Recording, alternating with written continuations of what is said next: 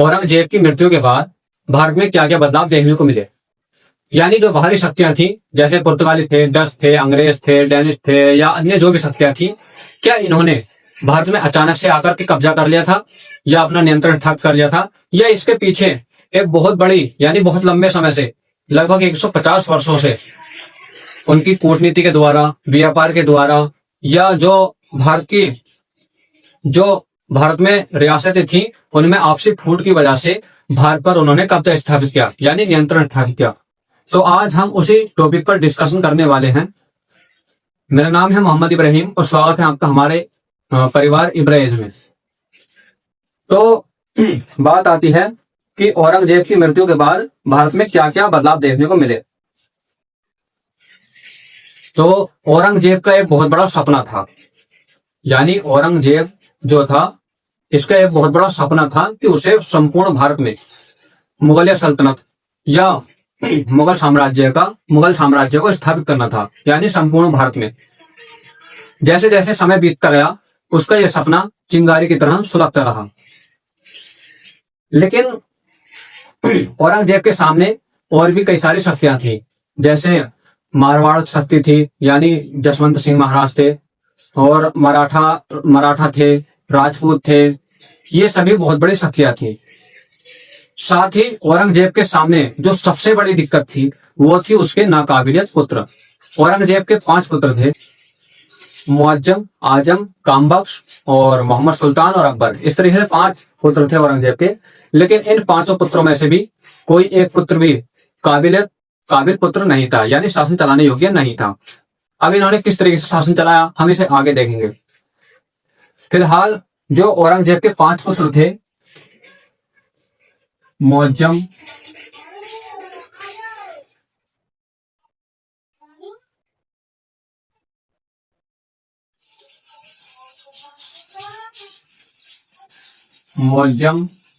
आजम,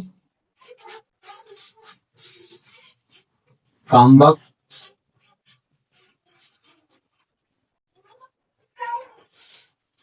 मोहम्मद सुल्तान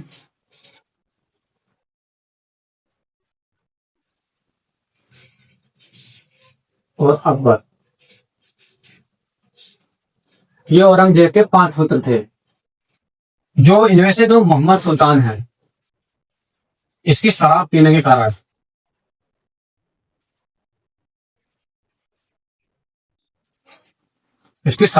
कारण मृत्यु हो गई थी।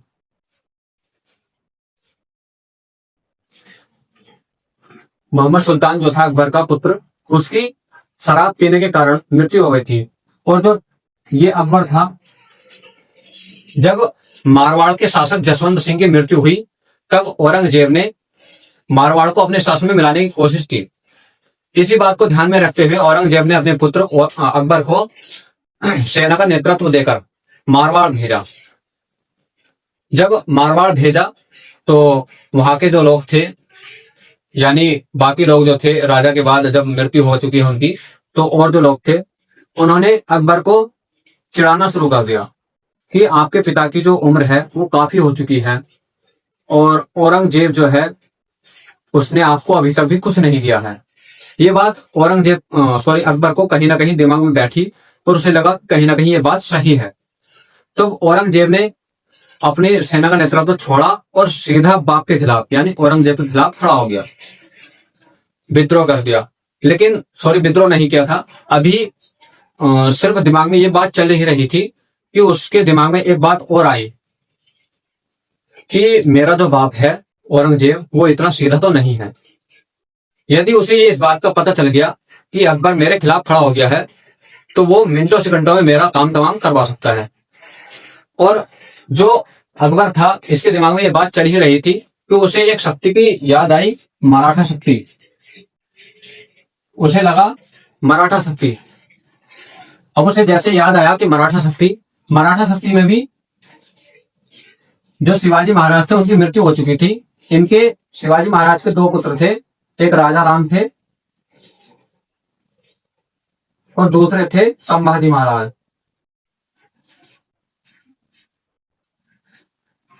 ये दोनों थे। लेकिन अकबर के दिल में एक बेचैनी और हो रही थी। उसे लगा कि मेरे बाप के सामने ये बहुत छोटी शक्ति है। मेरा बाप सॉरी, ये शक्ति, मराठा शक्ति मेरे बाप का सामना नहीं कर सकती। उसे इस बात का डर जैसे बढ़ने लगा तो उसने मराठा शक्ति को भी छोड़ दिया। जब मराठा शक्ति को भी छोड़ दिया तब वो गया ईरान, और ईरान जाकर के कहा जाता है, ईरान की उसकी ससुराल थी, यानी उसकी जो बीवी थी वो ईरान की ही थी। तब उसे कहा जाता है कि ईरान में ही इसकी मृत्यु हो गई थी किसी कारणवश। जब ईरान में इसकी मृत्यु हो गई तो ये जो थे इसके दो पुत्र, इन दोनों पुत्रों की मृत्यु हो चुकी थी औरंगजेब के ही सामने। अब औरंगजेब की मृत्यु हो जाती है 1707 में। 1707 में जब औरंगजेब की मृत्यु हो जाती है तब औरंगजेब के सिर्फ ये 3 पुत्र बचे थे, मुअज्जम, आजम और कामबख्श। और औरंगजेब ने अपनी मृत्यु से पहले जो वसीयत तैयार करवाई थी, तो उसी वसीयत के आधार पर मुअज्जम और आजम, इन दोनों के बीच एक मतभेद स्टार्ट होता है, मतभेद होता है। और इस मतभेद के कारण इन दोनों में एक विद्रोह होता है। आगरा के पास एक जगह है जजऊ नाम से, वहां पे एक विद्रोह होता है 1709 में, सॉरी 1707 में ही, 18 जून 1707 को जब इन दोनों के बीच मतभेद होता है, 1707 को जब इन दोनों के बीच मतभेद युद्ध होता है, तब इस युद्ध में मुअज्जम जो था, मुअज्जम आजम को, यानी आजम को पराजित कर देता है।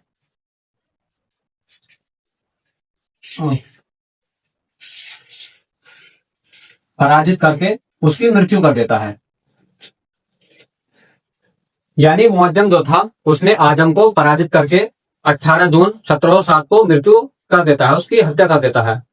जब मुअज्जम ने आजम की मृत्यु कर दी 1709 में, तब जो ये था मुअज्जम था, बहादुर शाह प्रथम या शाह आलम प्रथम के नाम से मुगल साम्राज्य में औरंगजेब की उत्तराधिकारी के रूप में शासन करने लगा, यानी मुगल साम्राज्य के शासन गद्दी पर आसीन हुआ। उसके बाद 1709 में कामबख्श को हैदराबाद